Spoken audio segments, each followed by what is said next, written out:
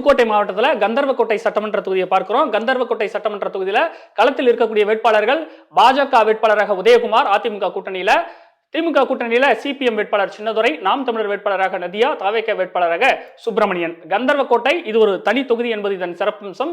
கந்தர்வக்கோட்டை தொகுதியில உங்களுடைய வாக்கு யாருக்குன்னு கேட்ட தந்தி டிவியின் கருத்து கணிப்புல 40 முதல் 46% பேர் மார்க்சிஸ்ட் கம்யூனிஸ்ட் கட்சிக்கு எங்களுடைய ஓட்டு அப்படின்னு சொல்லியிருக்காங்க. 37 முதல் 43% பேர் பாஜகவுக்கு எங்களுடைய வாக்குன்னு சொல்லியிருக்காங்க.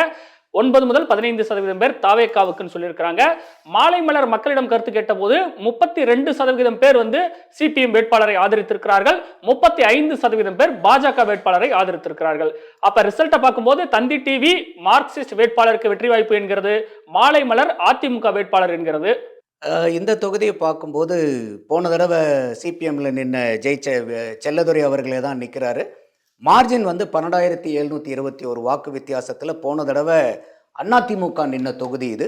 இந்த தடவை பாரதிய ஜனதா கான்டெஸ்ட் பண்ணுறாங்க. இது அதிமுகவுக்கு பார்த்தீங்கன்னா இந்த கந்தர்வக்கோட்டை 2008 டீலிமிட்டேஷனுக்கு அப்புறம் உருவாக்கப்பட்ட தொகுதி. அதனால கடந்த 3 முறை நடந்த தேர்தலில் 2011லையும் 2016லையும் அதிமுக ஜெயிச்ச சீட்டு இது.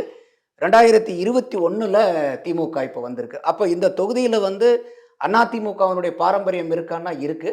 இது எந்த இடத்துல உங்களுக்கு இழுபறி வர்றதுக்கு வாய்ப்பு இருக்குன்னா விஜய் ஃபேக்டர் ஒரு 24%. ஆமா, இப்ப இதுல பாத்தீங்கன்னா முதல் கருத்து கணிப்புல மாலை மலர்ல 24, இப்ப வந்திருக்கிறதுல 9 to 15ங்கும் போது அங்க குறைஞ்சிருக்கு. பட் இது விஜய் தனி தொகுதின்னு இருக்கிறனால இன்னைக்கு விஜயனுடைய வாக்காளர் பேஸை எடுத்து பார்க்கும்போது பெரிய அளவுக்கு போன தடவை நாம் தமிழர் கட்சியும் கொஞ்சம் நிறைய அந்த இடத்துல ஸ்கோர் பண்ணாங்க. இந்த தடவையும் அவங்க ஸ்கோர் பண்ற மாதிரி தெரியுது. அதே சமயம் விஜய் அவர்களும் இந்த எஸ்சி எஸ்டியினுடைய வாக்கு அவங்க அந்த தனி தொகுதிகளில் ஒரு பெரிய தாக்கம் அவங்க ஏற்படுத்துறதுக்கு வாய்ப்பு இருக்கு. ஸோ அப்போ இந்த ரெண்டுக்கும் பார்த்தீங்கன்னா ஆல்மோஸ்ட் டபுள் மடங்கு வித்தியாசம் இருக்கு தாவேகாவுடைய வாக்கு வங்கிக்கு. அப்போ இதுல ஏதாவது ஒன்று சாத்தியக்கூறு மாலை மலர் சொல்லியிருக்கிற மாதிரி வந்துச்சுன்னா கட்டாயமா இது இழுபறி ஆயிட்டு பெரிய வாய்ப்பு பாரதிய ஜனதா கூட்டணிக்கு முடியறதுக்கும் ஒரு வாய்ப்புகள் இருக்குது.